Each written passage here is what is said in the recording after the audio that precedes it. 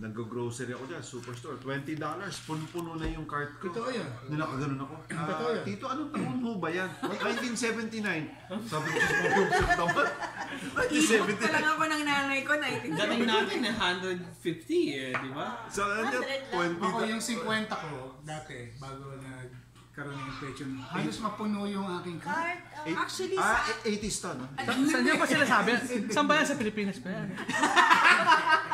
O dito. Hindi. Hindi, pero $75 marami na sa atin yun di ba? Hindi. Noon. Ang kagandahan kasi noon time nung dating namin, wala pa yung mga no-name, lahat. Talaga, wala pa yun? Wala pa yung mga no-name, no? Walang great value, lahat original, lahat yun. Pero mura siya. Oo. As in mura. Yung isang bag ng chicken nuggets noon, magkano yun?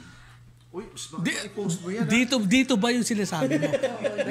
Dollars syempre dito. Teka lang, bakit Sa post? Divisoria, Ano ko to? Hindi, kagabi pinost ako dito. Saan ka pupunta? Sabi ko, tatae. Sama ako. Sama ako eh. Sama ko.